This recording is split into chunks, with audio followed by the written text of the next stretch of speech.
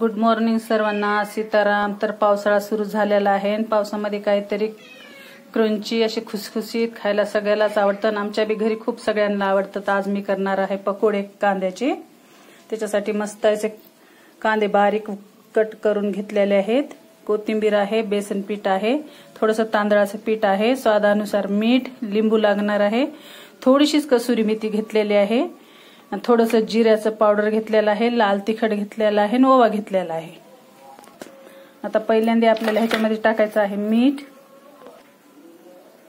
आणि लाल तिखट घालून अर्धा एक घंटा आपल्याला असं ठेवायचं आहे. म्हणजे कांद्याला मस्त पाणी सुटेल आणि ह्याच पाण्यामध्ये पुन्हा आपल्याला सगळं साहित्य मिक्स करून घ्यायचं आहे. अशा प्रकारे कांदा मिक्स करून ठेवायचा आहे अर्धा घंट्यासाठी. पुन्हा मस्त पाणी सुटलं की ह्याच्यामध्येच आपल्याला सगळं तर मस्त असं पाणी सुटलेलं आहे. आता ह्याच्यामध्ये सगळं साहित्य ऍड करणार आहे मी.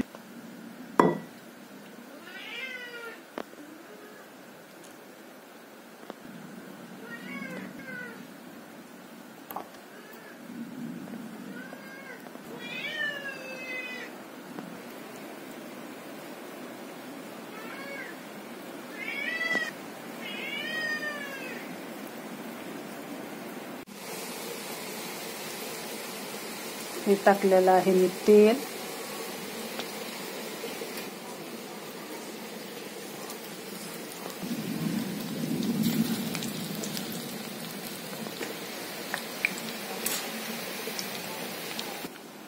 आणि मस्त असे खुसखुशीत झालेले आहेत आपले कांद्याचे पकोडे.